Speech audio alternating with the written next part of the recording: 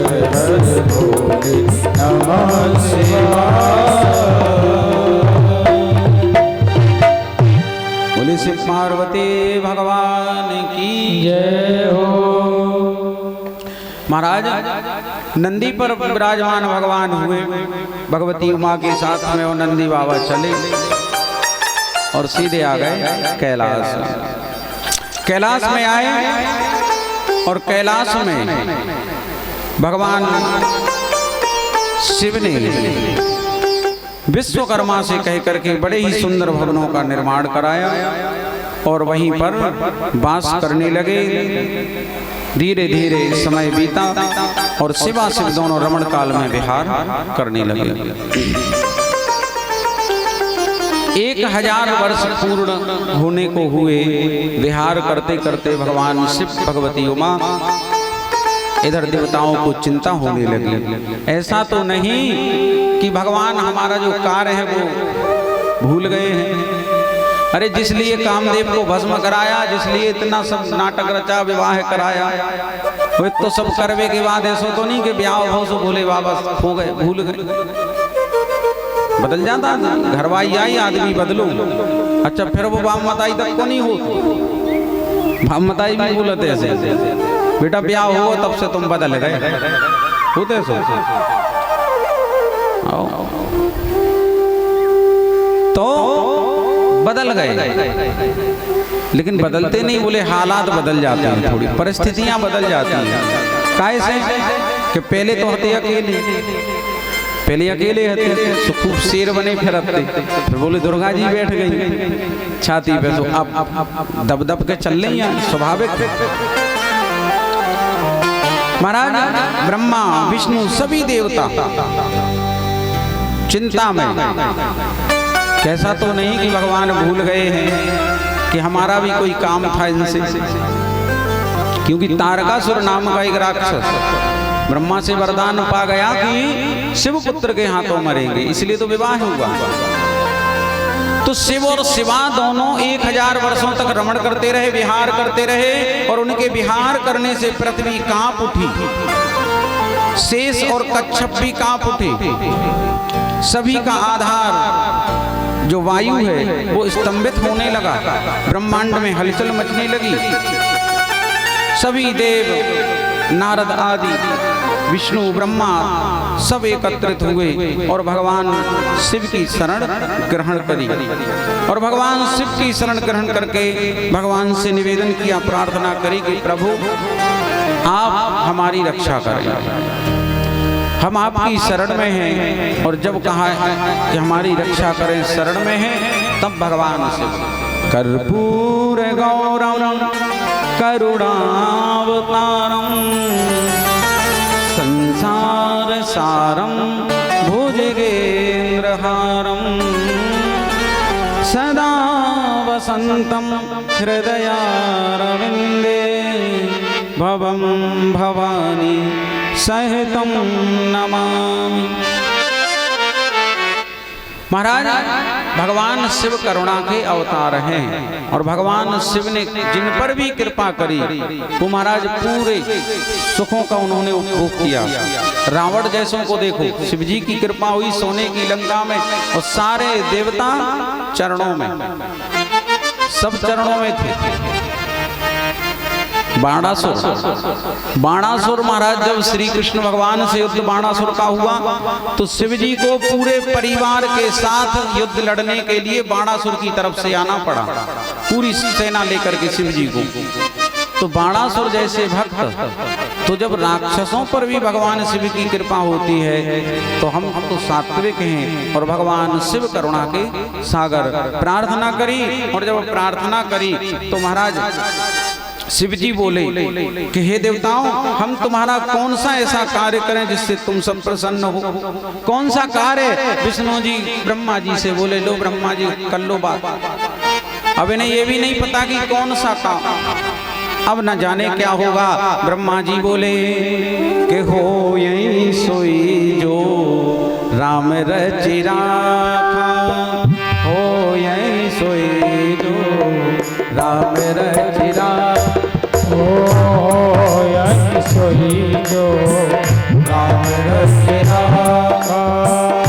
को करी तर्क बड़ा वैसा था, को करी तर्क बड़ा वैसा था, होई सोई जो राम रचना होई सोई जो राम रच रहा। ब्रह्मा जी बोले वही होगा जो राम जी को मंजूर होगा। विष्णु जी बोले उन्हें याद तो दिला दो कि तारकासुर नाम को राक्षस, और जब याद दिलाया तब शिव जी कहने लगे कि तुमने हमारे रमण में बिहार में और पुकार लगाई है, इसलिए मेरा तेज जो है वो स्खलित हो रहा है। इसे कौन धारण करेगा, कौन धारण करेगा? सारे देवता घबरा गए। शिव जी के तेज को कौन धारण कर सकता है? वो तेज जाकर के पृथ्वी पर गिरा। पृथ्वी पर जैसे ही तेज गिरा, देवताओं ने अग्निदेव से प्रार्थना करी तो अग्निदेव ने कबूतर बन करके उस तेज को ग्रहण किया। अग्निदेव ने कबूतर बन के उस तेज को ग्रहण कर लिया।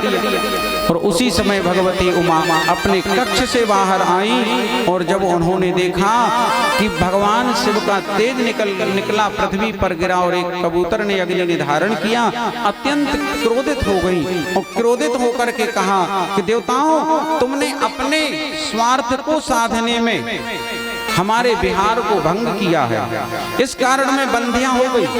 तुमने हमारा अहित किया है और तुम हमारे अहित करने के कारण तुम्हें किसी को भी सुख नहीं मिलेगा। ब्रह्मा जी कहने लगे कि उस समय जब पार्वती जी क्रोध कर रही थी तो सारे देवता घबरा गए। पार्वती जी कहती, देवताओं, आज से देवों की जो स्त्रियां हैं वो बांझ हो जाएंगी। अग्नि से क्रोधित होकर कहा कि अग्नि, तुमने शिव जी का तेज भक्षण किया है, आज से तुम सर्वभक्षी हो जाओगे। सर्वभक्षी यानी अग्नि में कुछ भी डाल दो वो जल जाता है, सदा पीड़ित रहोगे। ऐसा कहकर के पार्वती जी भीतर चली गई और शिव जी ने अंदर जाकर के पार्वती को समझाया, लेकिन अब श्राप तो दे ही दिया है। तभी से देवताओं को जो भोग है वो अग्नि के द्वारा लगाया जाता है। कथा आदि होती है, सत्यनारायणी कथा भाई, तो इनमें अपन भोग लगाते भगवान को, तो कहाँ से? अग्नि के द्वारा। और ब्राह्मणों मुख अग्नि, यानी ब्राह्मण के मुख में भी अग्नि, काय के मुख में है, पंडित जी के मुख में भी अग्नि है, लेकिन किस किस को पता है कि ब्राह्मण के मुख में अग्नि है? होती नहीं पता। ब्राह्मणों से मुख अग्नि, ब्राह्मणों के मुख में भी अग्नि होती है। और कहते ब्राह्मणों को भोजन कराने से भी देवता लोग भोजन प्रसादी ग्रहण करते हैं। आप लोगों ने नहीं देखा, एक एड आता है, एड माने एक प्रचार आता है, कभी टीवी में आप लोगों ने कभी ध्यान दिया हो कि एक बाबा जी, एक पंडित जी गए के द्वार पे, भिक्षाम देही भिक्षाम देही। उधर से वो एक औरत निकल के आई, हाँ बाबा जी क्या चाहिए महाराज? बोले भिक्षा लाओ। और इतने में क्या हुआ कि बाबा जी शायद कुछ खा रहे हो या जो कुछ हो मुंह के अंदर, गुटखा पान मसाला, तो उनकी लार निकलने लगी। ऐसे लार निकली तो वो औरत बोली, बाबा जी महाराज जी आपके मुख से क्या निकल रहा है? क्या खा रहे, क्या निकल रहा? अब महाराज कैसे कह दें कि गुटखा खा रहे? अरे बोले बेटी तुम नहीं जानती, गंगा जी बह रही ब्राह्मण के मुख से। तो बोली रुक जाओ महाराज ने रुको। अंदर गई और एक कलश में अस्थियां और कुछ राख रखी थी अपने ससुर की, लेके आई दौड़ के। बोले मुंह खोलो महाराज, हम भी गंगा दर्शन करें। और जैसे ही महाराज ने मुंह खोला तो उन्हें वह राख और कछु अस्थियां लाई महाराज के मुंह में डाल दी। बोले गंगा मैया की। अब भी चिल्लाने लगे, गुस्सा करने लगे महाराज। बोले वो आप ही तो बोल रहे थे कि गंगा बह रही मुख से। ऐड आता है, देखा है आप लोगों ने? तो ब्राह्मण उस मुख अग्नि, ब्राह्मण के मुख में अग्नि है, वस्तुतः उस मुख से वो वेदों का वाचन करता हो तब तो अग्नि है। वेदों के मुख से, वेदों का यदि वाचन उस मुख से हो रहा है, वेद शास्त्रों का, तो अग्नि है। वत्सल भगवान की जय। महाराज देवता जो हैं वो सगर्व हो गए, वेदवाणी है। भगवान शिव शुक्र की गर्मी से अग्नि और सभी देवता दह्यमान होने लगे। पुनः शिव जी की शरण ग्रहण करी, आराधना करने लगे। शिव जी ने आराधना से प्रसन्न होकर के कहा, देवताओं तुम जो तेज है हमारा, इस तेज को बमन कर दो, यानी उल्टी कर दो। अग्नि से कहो कबूतर से कि वो उल्टी कर दो, तो उल्टी यानी बमन। तो शिव जी की आज्ञा से उस तेज को बमन किया गया, उल्टी की गई। वो पृथ्वी पर फिर से गिरा, और पृथ्वी पर जब वो तेज गिरता है तो वो पर्वताकार होने लगा। अग्निदेव ने शिव जी से कहा, प्रभु मेरा दाह दूर करो। शिव जी कहने लगे, अग्नि तुमने मेरा तेज भक्षण किया था, इसलिए पाप लगा है। तुम्हारा ये दाह जो है, कष्ट तभी दूर होगा जब तुम इस तेज को किसी स्त्री के गर्भ में रखोगे। बोले शंकर भगवान की। अग्निदेव ने अपने दाह को मिटाने के लिए भगवान शिव का तेज माघ के महीने में जो प्रयाग में गंगा जी में स्नान करने के लिए आते हैं कल्पवास के लिए, वहां गए और वहां गंगा स्नान करते हुए सप्तऋषियों के पत्नियों को देखा। सप्तऋषियों की पत्नियां हैं 7। स्नान करते हुए देखा। स्नान करके अब माघ में यानी माओ के महीना में, जनवरी की समथिंग, ठंड ज्यादा रहती है, तो वे स्नान कर रही थी। स्नान करते करते 6 सप्तऋषियों की पत्नियों को ठंड लगी, सर्दी। और जब ठंड लगी तो आग जल रही थी बगल में ही घाट पे, तो निकल के आई और आग को वो 6 ऋषि पत्नियां तापने लगी। और जब एक पत्नी जो है वो गंगा स्नान करती रही, इधर अग्नि ने देखा अच्छा मौका है, 6 ऋषि पत्नियां ताप रही हैं, तो मतलब अग्नि जो है छोटे सूक्ष्म रूप से वायु के द्वारा, और शिव जी का जो तेज है वो उन 6 सप्तऋषियों की पत्नियों के गर्भ में प्रवेश कर गया। बोले शंकर भगवान की। जैसे ही गर्भ में प्रवेश किया, वो 6 जो है पत्नियां वो गर्भवती हो गई, गर्भ से हो गई। उन्हें बड़ा कष्ट हुआ, ऐसे लगा जैसे उनका पेट जो है उधर जो है जल रहा है, किसी ने आग लगा दी हो अंदर। शिव जी का तेज है। भागी अपने पतियों के पास, सप्तऋषियों के पास। सप्तऋषियों ने देखा कि ये तो सब जो है वो सगर्वा है, यानी गर्भ से हैं। ऋषियों को क्रोध आया और 6 का त्याग कर दिया। जब त्याग किया वे दुखी रहने लगी। वे 6 पत्नियां जो हैं ऋषियों की हिमालय में गईं और हिमालय के पीछे जाकर के उन्होंने उस गर्भ का त्याग कर दिया। जैसे ही उस गर्भ को छोड़ा, त्यागा, महाराज वो ठीक हो गई, सुख को प्राप्त हुई। हिमालय भी उस तेज को बहन नहीं कर पाया और हिमालय ने गंगा जी में उस तेज को बहा दिया। गंगा जी में जब बहाया तो गंगा जी भी भगवान शिव के तेज को धारण न कर सकी और गंगा जी ने उस तेज को सरकंडों में त्याग दिया और सरकंडों में जाते ही वह तेज एक सुंदर बालक के रूप में परिणित हो गया। और मार्ग शीर्ष शुक्ल पक्ष छठ को के दिन शिव जी के पुत्र का प्रादुर्भाव हुआ। बोले शंकर भगवान की। अनेक प्रकार के पुष्पों की वर्षा होने लगी। वहां पर उस समय भगवान से प्रेरित विश्वामित्र जी आए और विश्वामित्र नाम के मुनि जी ने उस बालक की अलौकिकता को देखा। प्रणाम किया, स्तुति की। स्तुति सुनकर के शिवपुत्र ने कहा कि आज से आप मेरे पुरोहित हैं, आप सबके पूज्य होंगे, मेरा संस्कार करो। विश्वामित्र बोले हम ब्राह्मण नहीं, हम क्षत्रिय हैं, हम राजर्षि हैं, ब्रह्मर्षि नहीं। तब शिवपुत्र ने कहा मैं आज से तुम्हें वरदान देता हूँ कि आज से तुम राजर्षि नहीं ब्रह्मर्षि कहलाओगे। बोले भक्तवत्सल भगवान की जय। मेरा संस्कार जो है जो वो करो। तब विश्वामित्र जी ने उनके संस्कारों को पूर्ण किया और जब संस्कार हो गए तब शिवपुत्र बहुत प्रसन्न हुए। शिवपुत्र प्रसन्न हुए, विश्वामित्र जी वहां से चले और इधर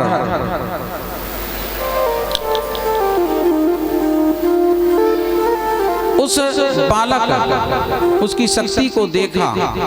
देवताओं ने उस बालक को, उसकी शक्तियों को देखा तो इंद्र आदि सब वहां पर पहुंचे। इंद्र पहुंचे, इंद्र के साथ में बड़ा भयंकर उस बालक का युद्ध हुआ। तो उस शिवपुत्र ने शिवपुत्र पर वज्र का प्रहार इंद्र ने किया और जब इंद्र ने प्रहार किया तो एक कंधे से शाख नाम का एक वीर पैदा हुआ।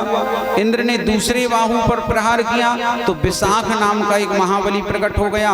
फिर इंद्र ने भयभीत होकर के हृदय में एक वज्र मारा जिसमें नैगम प्रकट हुआ और वो चारों वीर इंद्र को दौड़ा करके पीटने लगे। इंद्र भयभीत होकर के इंद्रलोक भागा। बोले भक्तवत्सल भगवान की जय हो। अब उसी गंगा जी में गंगा स्नान करने के लिए 6 कृतिकाएं आईं और उन 6 कृतिकाओं ने जब उस बालक को देखा, उस शिशु को देखा तो मोहित हो गई और मन में विचार करने लगी काश इस शिशु को हम स्तनपान करा पाते, काश इसकी माँ हम होते। जब ये भाव आया उस बालक के 6 मुख हो गए और 6 मुख होकर के उन 6 कृतिकाओं का स्तनपान उस बालक ने किया और कृतिकाओं का स्तनपान करने से उनका नाम कार्तिकेय पड़ गया। बोल कार्तिकेय भगवान की जय हो। तो नाम पड़ा कार्तिकेय। बोले कार्तिकेय भगवान की जय हो। बिगड़े वारे से मनमोहन बिगड़ गए, वारे से मनमोहन बिगड़ गए, वारे से मनमोहन बिगड़ गए, वारे से मनमोहन बिगड़ गए, वारे से मनमोहन बिगड़ गए, वारे से।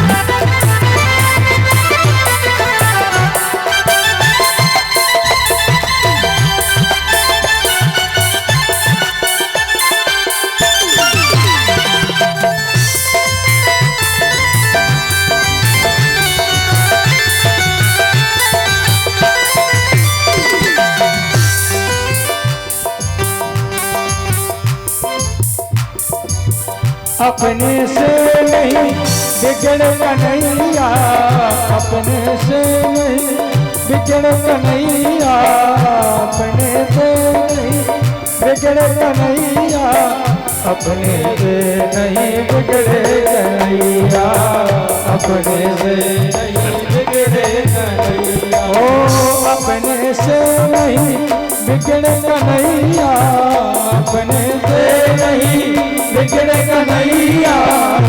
अरे इन सखियन के सारे से हो, इन सखियन के सारे मनमोहन बिगड़ गए,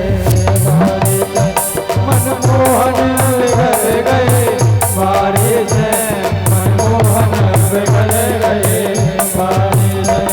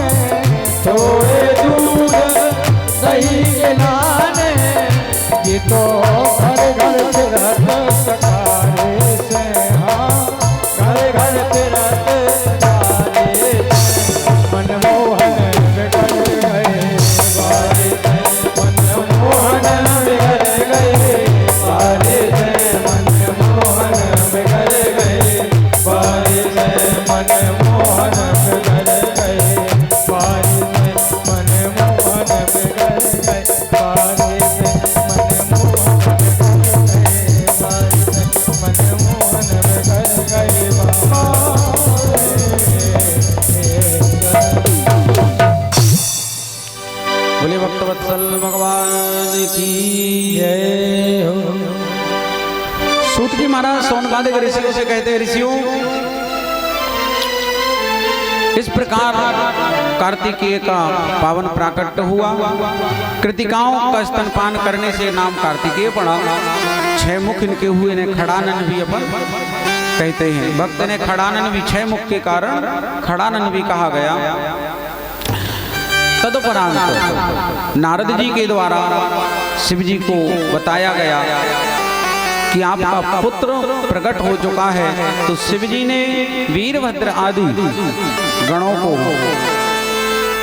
नंदी आदि को भेजा पुत्र को लाने के लिए। सभी शिवगण जब वहां पर पहुंचे तो शिवगणों के पहुंचने पर शिव कुमार ने कहा, आप सब कौन हैं? तब वीरभद्र ने अपना परिचय दिया, नंदी ने अपना परिचय, सभी गणों ने परिचय दिया और कहा, हम तुम्हें लेने के लिए आए हैं, तुम्हें कैलाश चलना है। तब कार्तिकेय जी कहने लगे, देखो तात, हम कौन थे, क्या थे, हमें कुछ भी मालूम नहीं है, लेकिन मेरी ये 6 माताएं हैं, इन्होंने मुझे सब कुछ बता दिया, इन्होंने हमें बल दिया, बुद्धि प्रदान करी, तो ये हमारी 6 माताएं हैं।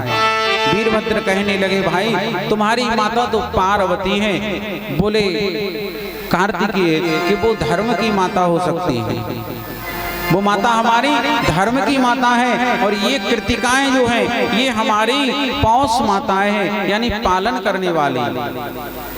इन्हें छोड़कर कैसे जाए? तब नंदी बोले कि भाई एक काम करो, इन्हें भी साथ में ले चलो। तो बड़े एक सुंदर रथ में 6 माताएं कृतिकाओं को और कार्तिकेय भगवान को बिठाया और रथ को हजारों शिवगण खींचते हुए लेकर के पहुंच गए कैलाश। और कैलाश में भगवान कार्तिकेय का बड़ा सुंदर स्वागत सत्कार हुआ। स्वागत सत्कार हुआ। इधर ब्रह्मा विष्णु आदि सभी देव कैलाश में उपस्थित हुए। कार्तिकेय से विनती करी गई, निवेदन किया गया कि तारकासुर नाम का राक्षस, तारकासुर नाम का राक्षस बड़ा ही भयानक है। महाराज ऋषि मुनियों को, ब्राह्मणों को देखते ही खा जाता है, सीधे ऐसे उठाया और खा लेता है। तो गैरों की तो बात ही अलग है, ऐसे राक्षस हुए। अरे ये तो बातें करना ही सब। बोले भक्त वत्सल भगवान की, कि ना हीरो ना आए कि जे बैठे हम, वो तो लगी बातें कर नंद माई मुँह करके बैठ जाओ, सबको कह रहा हो कि सुन लो।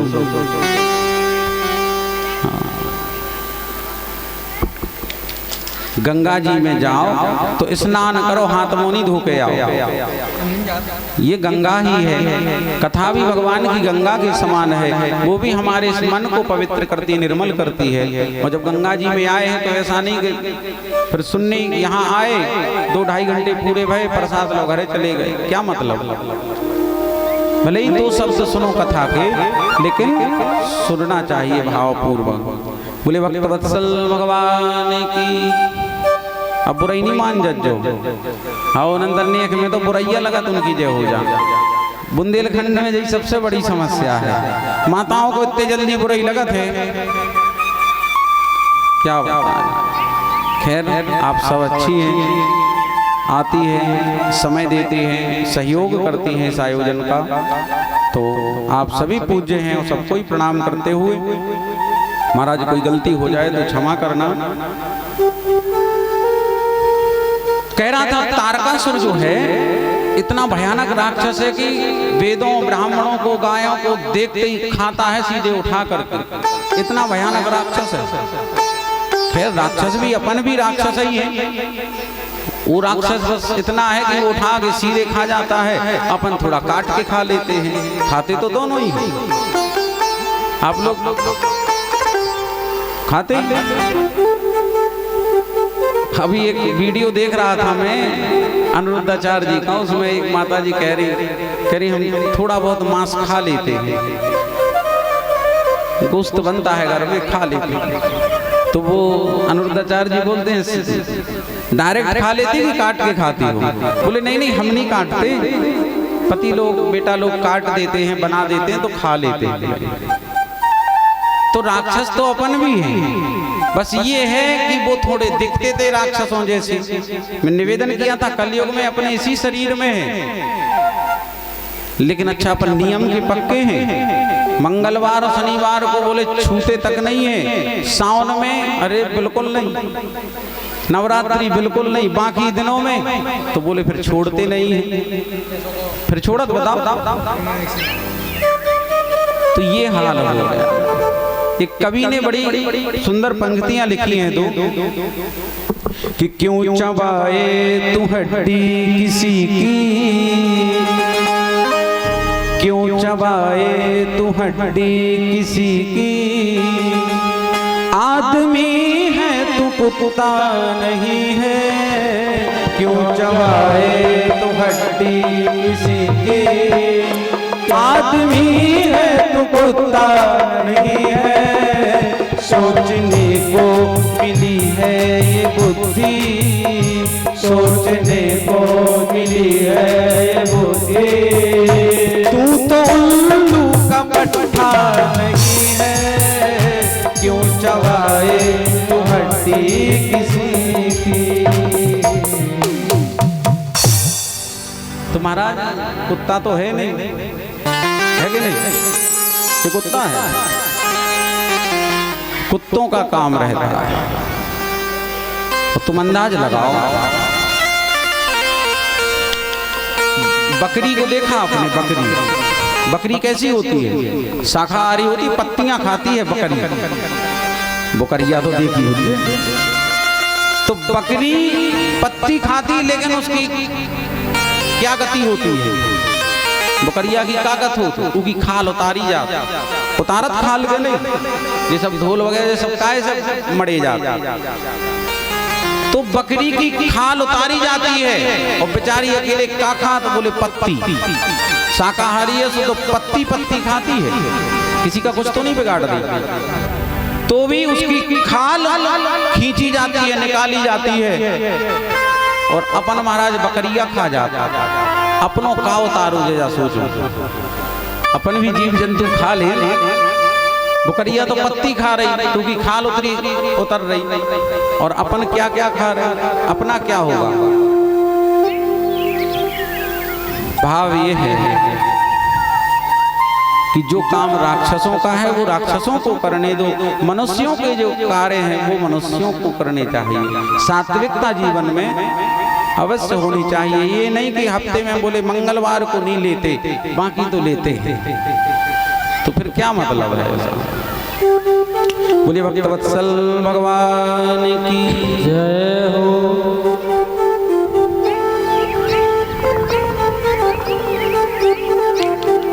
तारकासुर भगवान कार्तिकेय ने रुद्रगणों को साथ लेकर के चढ़ाई करी, बड़ा भयंकर भीषण संग्राम हुआ, और तारकासुर के लिए स्वामी कार्तिकेय ने किले करके अमोघ शक्ति को, लेकर के अमोघ शक्ति को तारक के ऊपर मारा है। तारक कुमार के ताड़न से मन में अति ही घबराया है, तारक कुमार के ताड़न से मन में अति ही घबराया है।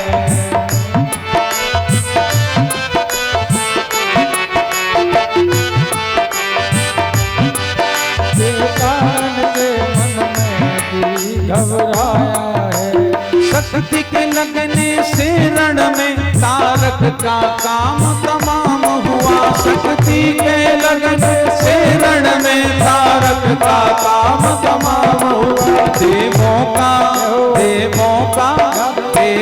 का संकट दूर हुआ, सारे जग में आनंद हुआ। देवों का संकट दूर हुआ, सारे जग में आनंद हुआ।